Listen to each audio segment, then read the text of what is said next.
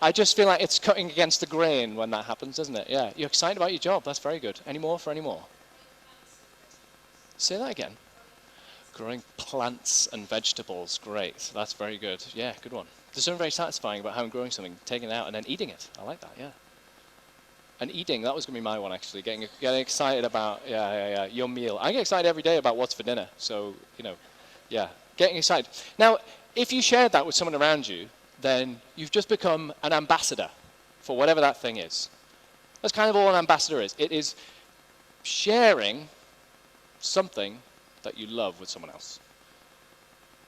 Sharing something that you love with someone else. And today our sort of theme is being an ambassador for Jesus. So if you're a Christian person here today, then I want you to think and listen out for reasons to be passionate ambassadors for Jesus.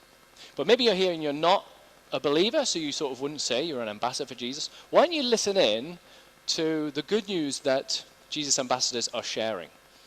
Okay, so if you're not a Christian, then listen, what are these people on about? What are these ambassadors talking about? What are they sharing?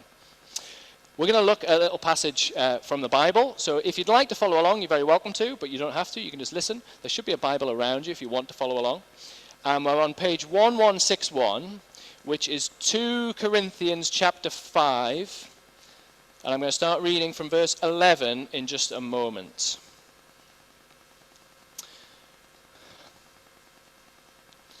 2 Corinthians chapter 5, page 1161 in the church Bibles, if you'd like to follow along.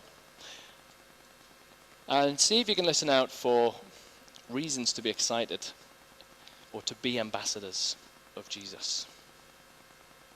Okay, so I'm going to read from 2 Corinthians chapter 5, verse 11, which is in the kind of bottom right corner of the page there, where it says the ministry of reconciliation.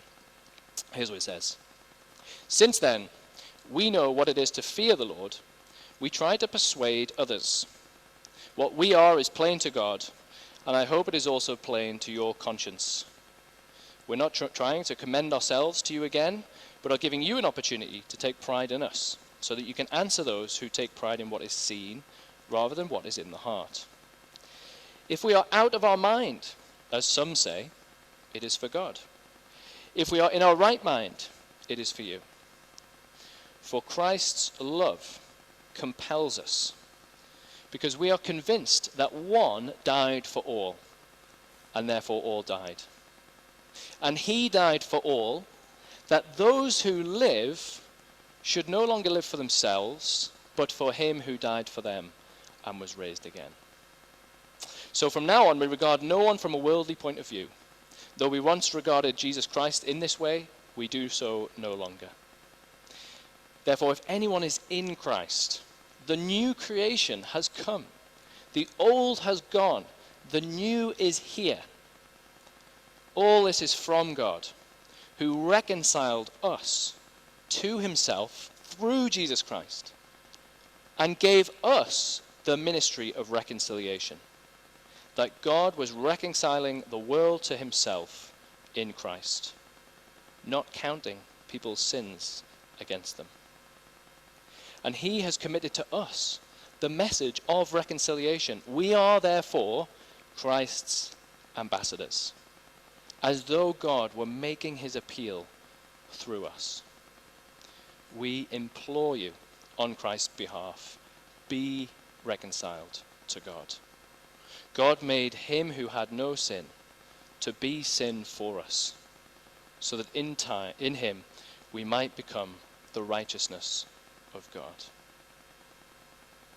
Okay, so we're thinking about being ambassadors of Jesus and also the message that these ambassadors have. And the first thing I want to highlight is that if we're going to be ambassadors of Jesus, we should be passionate. We should be passionate about being his ambassador, about sharing who he is and what he's done. Isn't it true that when you discover something or you're excited about something, it doesn't take much for you to share that passion with others? I had a lovely takeaway the other week. Let me tell you about it. I'll recommend it. You should try it yourself. Oh, you wouldn't believe the deal I got on the new speakers that I've brought in for my house. Oh, let me tell you where you can get the same deal. Oh, I've just met someone. I really want you to meet them as well. You'll love them. They're so fun. They're great. They're so kind and lovely. It doesn't take much for us. If we're excited about something, if we're passionate about something, we share it. And so that is kind of the most important thing. To be an ambassador of Jesus is to be passionate, to be excited about him. And this passage points us to why we would be excited.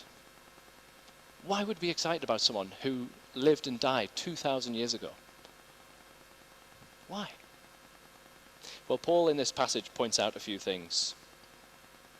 When I was about 14 or so, me and my dad were at loggerheads. I mean, we had argument after argument. I could start an argument from literally nothing. He probably didn't even have to be in the room and I could start an argument with him. I would come downstairs for breakfast, I'd be eating my cereal, and he would come down and he would say, "Good morning." The cheek of it, to say good morning, when all I want to do is sit and eat my cereal in absolute silence. And I would immediately be up against him. If he followed that good morning up with a question, well, he was in for it. Straight at him. I remember storming out the house, slamming doors. He did some of that as well. We would argue, and this went on for a couple of years. We were at loggerheads. It was horrible. I remember when my mum and dad split up, and I said to Mum, "Well, why can't Dad leave the house and not you? I don't want to live with him, I want to live with you." Well, fast forward a few years, and we worked very hard to reconcile. That's what that word means that Paul uses in this passage. To come back together. To try and put aside all of the things that frustrated us about one another, or all of the bad things that particularly I had done towards him. We spent deliberate time together. We'd sit in the evening and we'd watch a show that we both enjoyed, and we'd have a drink that we both enjoyed. We remind ourselves of the things that we loved about each other, rather than just the things that we found annoying. And guess what? My relationship with him is a lot nicer now, having been reconciled. And that is a word that Paul uses to say what Jesus has done is he has reconciled you to a heavenly Father. We thought about this last week, if you were here. God is a father to his children. That is, he loves them unconditionally. He's there for them, always. He's committed to them. He does good for them. He enjoys giving them gifts. But that wasn't always the case. What Jesus has done has brought God, the Father, and us together. Reconciled us. See you later, Jake. But that's what he's done. He's brought us together. And yet, with me and my dad, it took a long time. It took hard work. But our relationship with God is reconciled in a moment as Jesus dies for us. The moment that we put our trust in that, we are reconciled to God. And anything that was in the way of that friendship, that relationship before, has been removed. It has been dealt with on the cross. Or think about this word that he uses later, that he says, Christ's love compels us. He has died for you, Paul says. If you quickly draw to mind a time that someone's given you a gift, particularly something really generous, but they've gone out of their way because it was really expensive or it was hard to get hold of, or perhaps they committed themselves to you, they gave a lot of time when you were in a difficult time in your life, and they turned up for you over and over and over again. They loved you. They gave you gifts. They were generous towards you. And how do you respond? Oh, you're so grateful. And you move towards them because they've loved you. Paul says, we are loved by Jesus so much that we're compelled to speak about him. What has he done for us? He has laid down his life. The one died for the all. I mean, just imagine for a second that anything near that has happened for you. Someone donated an organ, or they performed resuscitation on you. There's a sense in which you owe them your life, and they willingly did it for you. They love you. That love would compel you to move towards them to speak good of them, to be excited about them. You won't believe what this person did for me. I want to tell everyone. An ambassador of Jesus is passionate because they understand that Jesus has reconciled them to God, that he has loved them. And we want to share it. We want to talk about it. We're passionate. The next thing about being an ambassador for Jesus is we get all the privilege and none of the pressure. I've got a couple of pictures actually, which hopefully are going to come up on the screen. But in the news this week, one of our ambassadors has been in the news, haven't they? Mandelson, our ambassador to the US, who was, of course, being removed from his position. It was his job in the US to represent our priorities as a nation, to speak on behalf of our prime minister and our country. That's what an ambassador does. This is where he was living, according to online. I think it's right. This is his house when he's the ambassador to the US as the UK. The next picture will show you a bit of, look at that. I mean, that is not bad, is it? You talk about privilege of a position. That is nice. Now let's look inside. Very nice. Should be one more. Oh, yeah, look at that. Isn't that beautiful? You know, the privilege of being an ambassador for our country is that you get to live like that.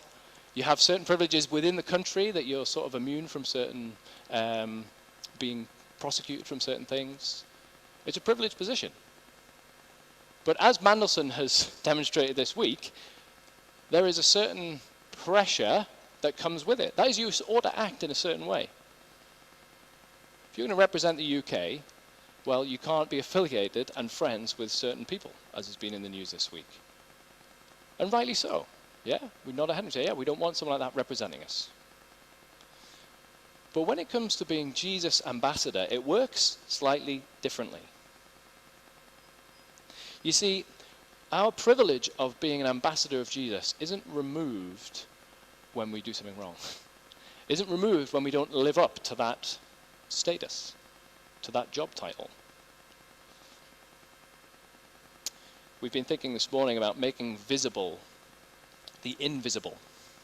I'd like to do that one more time with you, if you would. I'd like you to imagine you've got a piece of paper, and you've got a pen, and you're going to write down on a piece of paper, you're going to sort of make visible all of the bad things in your life. The things that you don't really want people to talk about, things you don't share with people, the things you're not an ambassador for. You know that time well, I've shared some already. The way that I treated my dad, that goes on the piece of paper. The way I treated some of my friends, perhaps, or those who weren't my friends. The times that I get angry at my kids. The time that I kind of betrayed someone. The time where I cut a corner at work and I really shouldn't have done. Well, imagine sort of making visible all of those currently invisible things. And you've got them down on your piece of paper. I'm going to use this one because I don't want to scrunch this one up. Well, this is what it's talking about when it says, in the Bible here, it says that we are sinful. We do things that even we know aren't right. So imagine that we've made them visible. Well, this passage here says this. God made him, that's Jesus, who had no sin, to be sin for us. What does that mean? Well, it means, imagine you've made visible all of those things in your heart, that you brain, that you don't want people to know about. Jesus, somehow, when he's dying, becomes those things. He actually does make them visible. Not on a piece of paper, in himself. And then what happens to him when he's on the cross? He dies. He's totally destroyed. I really wanted to set this on fire, but I thought that's too dangerous. This is the best I can do. It's totally destroyed and done away with, so you can't ever see it anymore. That's what that means. If you were to make visible all of the awful things in your mind, in your heart, the things that you've done, if you were to make them visible, what would they be? Well, if you trust in Jesus, they would actually be his body on the cross. And it's killed. It's destroyed. And then the verse goes on, it says, so that in him we might become the righteousness of God. That is, now imagine you could write down all of the great things that Jesus has done, all of the wonderful ways he treated people, his righteousness. If you were to make that visible, what would it be now? If you believe in Jesus, you have his righteousness. His righteousness is made visible in you. And so when God looks at you, he doesn't see the destroyed old self. He sees the righteousness of Jesus. And that means that you can't be removed from your position of ambassador to Jesus, for Jesus. You do something wrong, well, it's already been visible, it's already been taken away. And instead, God sees your righteousness. And you don't need to look far in the Bible to see how this works. The guy who's writing this letter is a guy called Paul.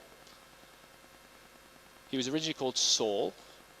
And if you read just like several pages back in the Bible, you get to meet Saul as he was and see what he was doing and what he was up to.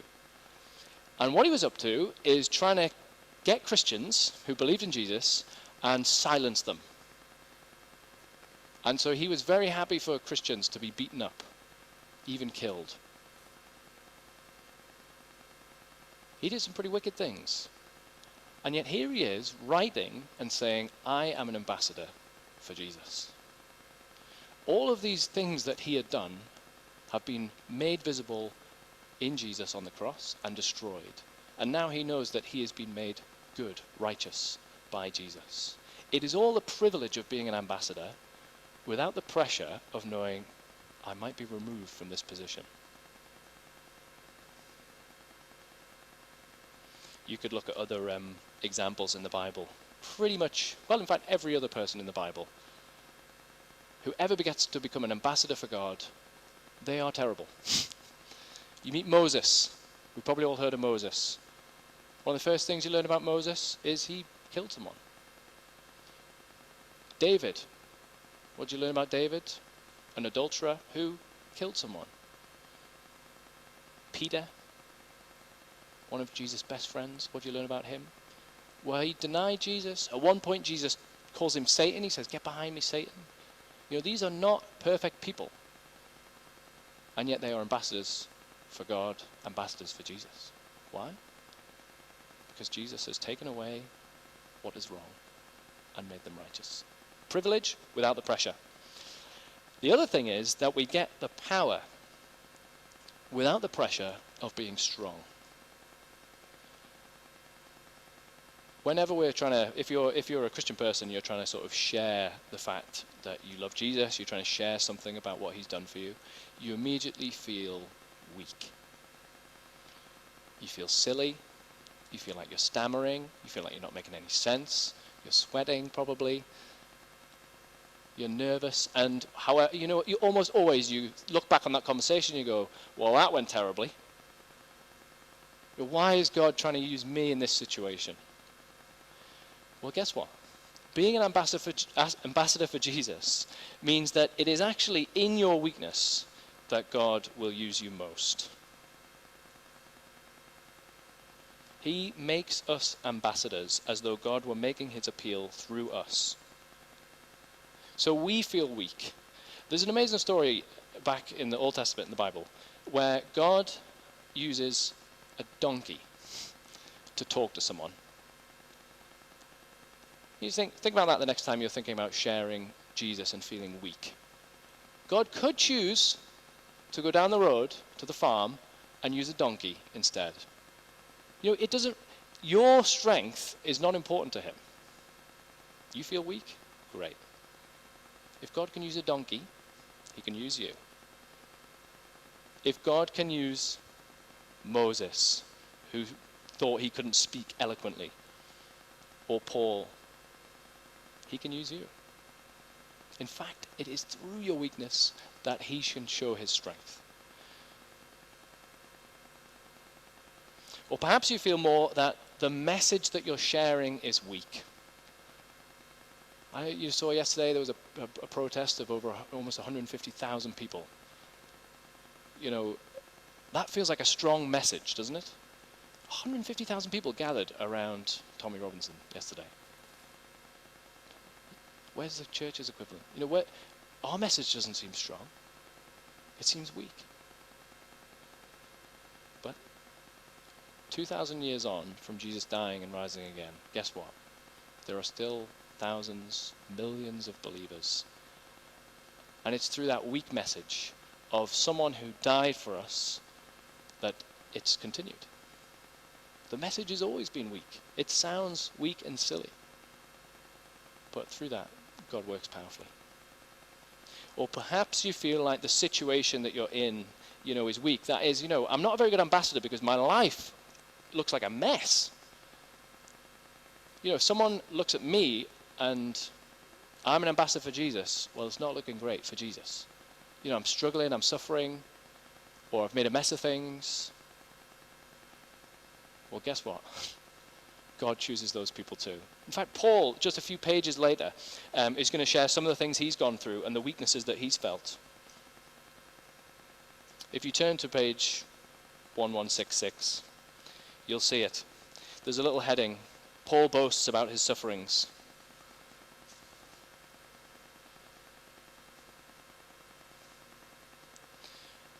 About halfway down the page there in verse 23. Are they servants of Christ? I am out of my mind to talk like this. I am more. I have worked much harder, been in prison more frequently, been flogged more severely, and been exposed to death again and again. 5 times I received from the Jews 40 lashes minus 1. 3 times I was beaten with rods. Once I was pelted with stones. 3 times I was shipwrecked. I spent a night and day in the open sea. I've been constantly on the move. I've been in danger from rivers, in danger from bandits, in danger from my fellow Jews, in danger from Gentiles, in danger in the city, in danger in the country, in danger at sea, and in danger from false believers. I've labored and toiled, and I've often gone without sleep. I've known hunger and thirst, and I've often gone without food. And he goes on. His situation does not feel strong, and yet God uses him to build his kingdom. When you feel weak, when the message feels weak, when your situation feels weak, just remember that God deliberately chooses those moments to make you strong, to be an ambassador for Jesus. That's because it matches the message, a crucified Jesus.